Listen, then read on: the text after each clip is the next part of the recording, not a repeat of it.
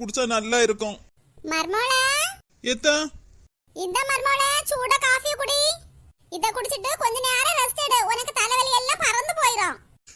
எத்த நீங்க என் மேல எவ்வளவு பாசமா இருக்கீங்க. ஒரு தலைவலின்னு சொன்ன காஃபி போட்டு கொண்டு வந்திருக்கீங்களே எத்த. இங்க பாரு மர்மோளே, எனக்கு தலைவலி காய்ச்சல் வந்தா நீ தான் பாத்துக்கற. அது போல தானே உனக்கு ஒண்ணுனா நான் தானே பாத்துக்கணும். மர்மோளே இந்த காஃபியை வாங்கி குடிச்சிட்டு கொஞ்ச நேரம் படுத்து எழும்பு. தலைவலி எல்லாம் அப்படியே பறந்து போயிடும். சரிங்க அத்த. பாசத்துல நீங்க அம்மாவையே மிஞ்சிட்டீங்க. இந்த மாதிரி ஒரு மாமியார் கிடைக்க நான் ரொம்ப கொடுத்து வச்சிருக்கணும். ஏத்த காஃபி குடிச்சிட்டு நான் கொஞ்ச நேரம் படுத்து தூங்கி ரெஸ்ட் அடிக்கேன். சரி மர்மோளே. மாமி யாருனா சும்மா இல்லடா, அவ இல்லனா நானும் இல்லடா. மக்களே ரோசா எப்ப வந்த?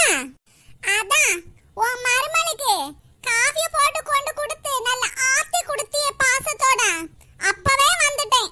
ஆஹா, இவ எதுக்கு காலையிலே வந்திருக்கா? உனக்கு கொஞ்சமாவது அறிவு இருக்காமா? வீட்ல மருமக மாமியாருக்கு காஃபி போட்டு தரணும். இங்க என்னன்னா தலைகீழ இல்ல நடக்கு. ஏன் தலைவலினா அவளே காஃபிய போட்டு குடிக்க மாட்டாளா? இவளுக்கு மாப்பிள்ளைய மாமியாரு எல்லா வீட்டு வேலையும் செய்து கொடுக்கணும். எனக்கு மாமியாரு ஒரு கப்பு காஃபி போட்டு தந்ததுக்கு என்னெல்லாம் பேசிட்டு இருக்கா? பேசாம இருடி, சத்தம் போடாத. அவ ரூம்ல தூங்கிட்டு இருக்கா. ஏன் காஃபி ஆத்தி குடுத்தியே, அப்படியே போய் கொஞ்சம் தாலாட்டு பாடிட்டு வா. அப்பதான் நல்லா தூங்குவா. எடி புரியாம பேசாத. இப்போ உனக்காக ஒரு முக்கியமான வேலை விஷயமா வெளில போறேன்ல, அது மருமகளுக்கு தெரியக்கூடாது. நீ தானே சொன்ன. ஆஹா, என்ன விஷயம்? அப்படி எனக்கு என்ன தெரியக்கூடாதுன்னு ரெண்டு பேரும் நினைக்கிறாங்க. ஆமாமா, உன் மருமவா பொறாம பிடிச்சவா. அப்புறம் அவ என்ன பார்த்து பொறாம தான் படுவா. அதனாலதான் அவகிட்ட எந்த விஷயமும் சொல்ல வேண்டாம்னு சொன்னேன். ஏடி தலைவலியில முதல்ல இங்க சோஃபாயில தான் உட்கார்ந்துட்டு இருந்தா. அப்புறம் கண்ணுல இருந்து கண்ணீர் வந்து ரூமுக்கு போயிட்டா.